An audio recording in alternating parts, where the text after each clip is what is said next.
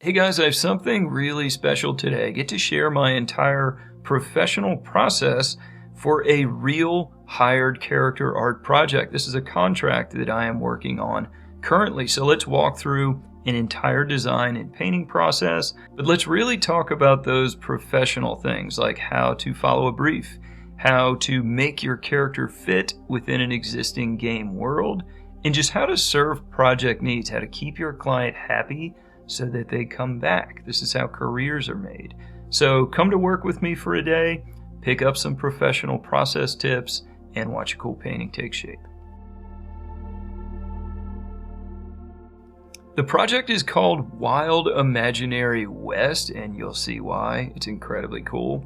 My client is Caleb at Boylai Hobby Time. This guy's really cool. I'm glad to have met him. He is a YouTuber, he's a game developer, and he's a really accomplished model builder. So check out his channel, but it's incredibly addictive. I can watch these things get built all day, and sometimes I do. And if you want to learn more about the game that Caleb and his partners are building, be sure to check out the Kickstarter, link in the description. The project that I'll be showing today is The Hunter. And here's a look at the brief that I got from Caleb and his team. This is a great place to start our discussion because this is where professional projects usually begin. A brief. This is the client telling you what they need. So this brief is awesome. Right out of the gate, I can tell that my client has a really nice, clear picture for the direction that they want. They have solved a lot of the big picture world building challenges. And I can see pretty clearly this character that they're describing just from this description. It's thorough, but not too thorough. It reads like a good book. You can really see it. So in broad terms, we'll be creating a cowboy or mountain man type of dude. He will be tracking something that he's hunting. So cool, right? That's a nice place to start from. And I have drawn a lot of characters in this genre over the years. Lots of cowboys, lots of steampunk that share a lot of that same design language. So I feel like I have a lot of good bits and pieces in my visual library already. So it's tempting to pick up the stylus and just start sketching something because this is a cool brief and I want to draw something cool. But this is the critical professional step, is I have to pause. I have to just chill for a second before I start drawing.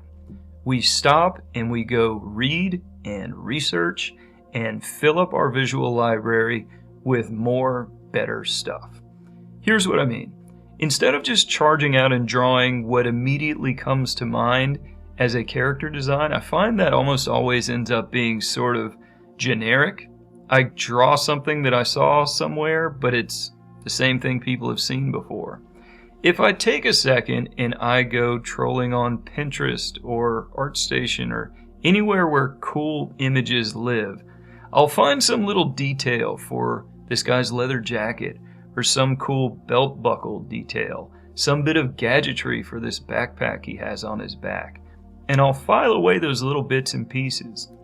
And every time I do this, every time I just pause, do a little bit of extra reading, a little bit of extra visual library filling, the design always ends up way better.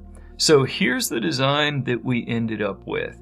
It started as a rough pose to get that general posture right, him kind of tracking blood in the dirt or something, and it ended up being something really nicely realized. It has a lot of cool genre details, it tells you a nice story about who this guy is, and there were a few things that I deliberately had to go looking for. One was the hat. Now, I can imagine and I can draw a pretty good cowboy hat. I've just done that before. And I'm betting a lot of you can too. But there are a lot of different cowboy hats. There is that big impressive one that the rancher wears. There is one that like a lawman, a marshal might wear. There are different hats for all kinds of different things. It's weird how descriptive this iconic accessory is. So I had to go looking for something that felt like the perfect fit for a hunter. Something very no nonsense, very utilitarian. This little thing with the side brim tipped up just seemed perfect. He looked like a hunter. So those little details, all of that came from me not picking up my stylus and charging into battle, came from me just pausing for a second, reading, researching, thinking, before we ever pick this up.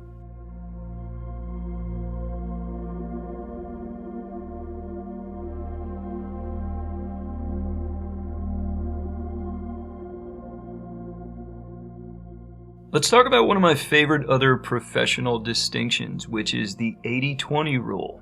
I love this. This is one of my favorite concept art axioms, where we take something and we make it 80% grounded in reality. So 80% familiar, and then 20% more, kind of pushing it, making it otherworldly or interesting or kind of more fantasy, kind of taking it out of reality. But because it's based so heavily in reality, it lets us believe that extra little magical 20%. So cool. And in a way, Wild Imaginary West is perfect for this. It sort of already is the 80-20 rule.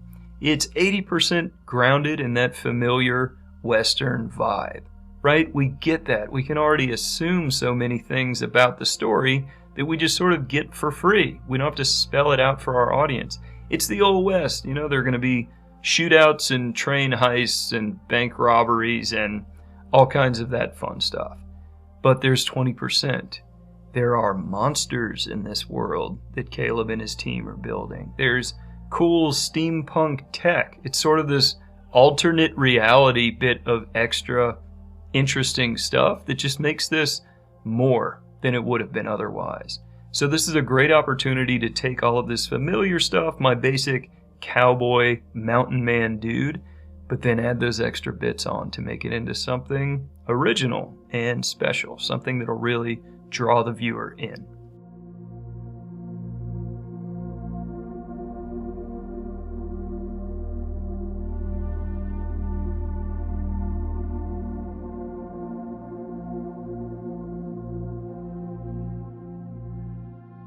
Let's talk about the job of a professional character concept artist. This is huge. We have to serve the client's needs. We have to serve their project more than we have to serve our own artistic wants and needs, our own tastes. That's a huge distinction in an artist's arc towards being a professional, is when you start thinking in those terms. Am I actually serving what will work best for the client, or am I just doing what I want to do? It can be hard to see the difference sometimes. So I always start by just asking myself, what exactly is this for? What I am drawing right now, what are you guys going to be using this for?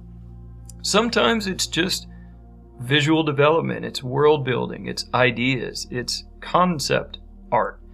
For that, usually just nice polished sketches, getting to something like our design we started with is enough. We just need to get the idea out there to do a really good job with shapes and visual storytelling. But there are other cases, and this is definitely one of them, where we want marketing art. We want this art to be impressive and eye-catching and memorable and to have style and personality. We're basically trying to really draw in viewers. We want attention. We want people to see a single image and just really want to know more. That's what marketing art really is. It's if we're attracting investors or just getting people to want to buy that movie ticket or buy the game or just click next episode. All of that comes from being really purposeful in what you're doing. So for this one, I want it to be all of those things. Highly polished, realistic looking, but also stylized and brushy so that it's cool and eye-catching. I want it to be memorable and engaging. So knowing what your client needs, sometimes that is part of the job too. So for this one, pouring it on, cranking everything up to 11, and just making the coolest, most polished, eye-catching piece of art that I can to really draw in viewers.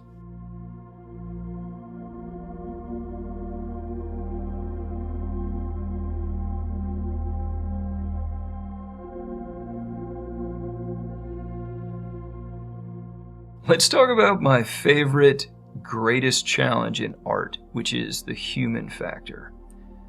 Characters are essentially nothing without the person, the human being at the core of them. So all of the beautiful costume design and gear, none of that really matters if your viewer doesn't like or doesn't believe in the human being at the core of your character.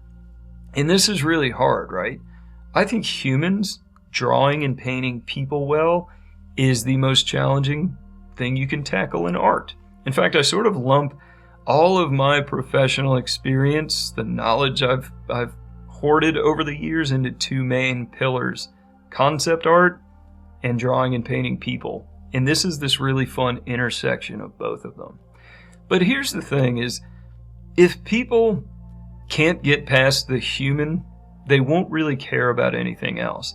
90% of the character art portfolios that I review, there's nothing wrong with the costuming, the clothing, the drapery, the gear. All of that is usually awesome. There's a cool story being told, the shapes are nice, all of that works. The problem is almost always with the person. There's something going on with the proportions or the pose or the face, or just something is not quite launching.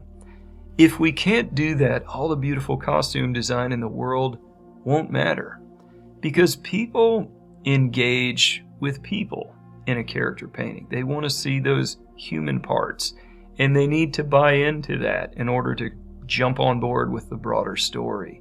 So for this guy, everywhere that I possibly can, I'm trying to make him feel really authentically human and engaging. His pose, he's kind of tired. He's hunched over. His posture isn't great. But he's got that one hand on the ground that maybe he's like, feeling the dirt or checking if there's blood, but maybe he's just sort of bracing himself for a second. His hair, his beard, this guy's been out in the woods a long time. He hasn't been near a town or a barber in a long time, so he is very shaggy. But he's also got a little clump of hair kind of pulled back behind his ear out of his face. I always find that to be a really nice human touch. It just makes it seem like a guy who needs to see and get the hair out of his face a little bit. He has this gash in the side of his face, leaving this scar. That kind of stuff. His beard doesn't grow there. He's also super thin and wiry. I've exaggerated that. I may end up dialing that back a bit, but I want it to look like this guy's been out in the woods for a long time. He's been living on tree bark and squirrel meat for too long, so he's just very wiry. It fits the brief, but it also paints a picture of an authentic human. So everything from the pose down to the tired look and the expression is designed to make this person feel very real, very personally engaging, very much something that you can identify with and imagine his story. So always remember that human factor. Make your characters feel like a living, breathing human, and your viewers will really engage.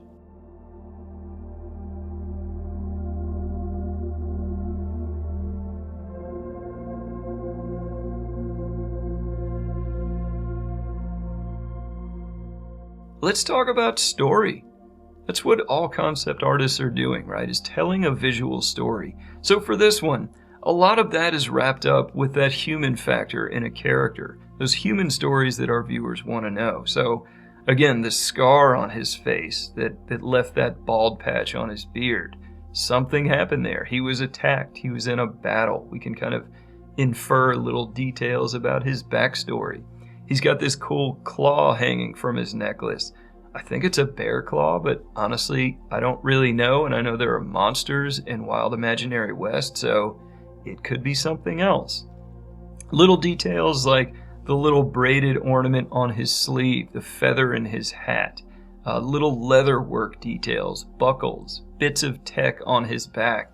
All of that implies this broader narrative, but it doesn't really explicitly spell it out.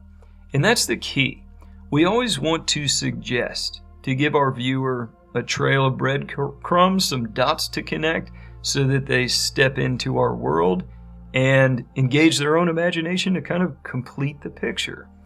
That's really powerful and is precisely what I was failing to do For a really long time when I was trying to launch a concept art career, I was detailing everything to death.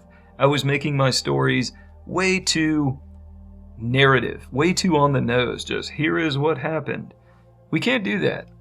We need to leave a little room for the viewer to step into because it helps them take ownership of it. It lets them participate. So we need to leave them that standing room to come in. Really critical in stories.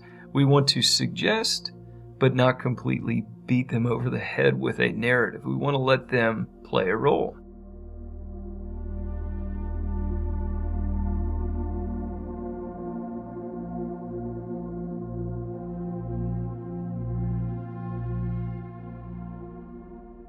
And finally, as this one is wrapping up, let's talk about fitting a character into a broader project. When the piece that you are working on is part of a campaign like this is, we have to think about these things. So we want things to be consistent. In fact, if we look at our character lineup, I've done a few things to keep all of these related, have them seem like they come from the same world. With color cues, I'm actually adding a wash, this color LUT, to all of these to make them feel a little bit sepia toned, like they're from some Old West photograph, just a little bit, to unite them in that way.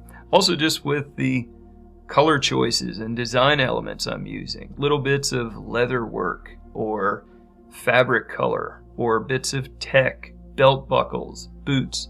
All of that makes them feel like, as different as each one of them are, that's also important, we want them to feel united, feel like they're cut from the same cloth, they're all part of the same broader world. When we can do that, it makes a project that feels cohesive, feels like it is this authentic, living, breathing world, rather than just a bunch of disparate elements that we might have picked up out of a junkyard. And this is very much part of a character concept artist's job, is thinking about these things, not only just being laser focused on the details and story of this single piece, but keeping an eye on the bigger picture as well so that the whole project will just hum.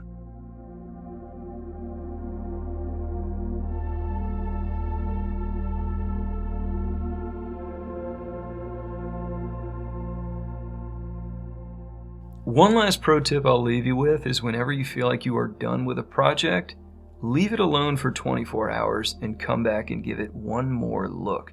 You will almost always find one little thing you wish you had changed, one little extra detail to push it over the top. So for this guy, I did exactly that.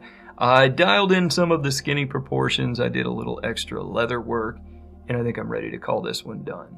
At this phase of a pro project, we submit it to our client. If they have any notes, we work that in. Caleb and his team loved this right out of the gate, so this one was a success.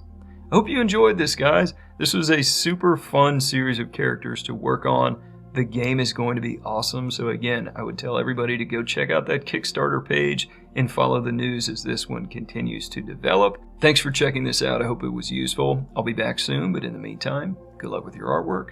Paint something cool today.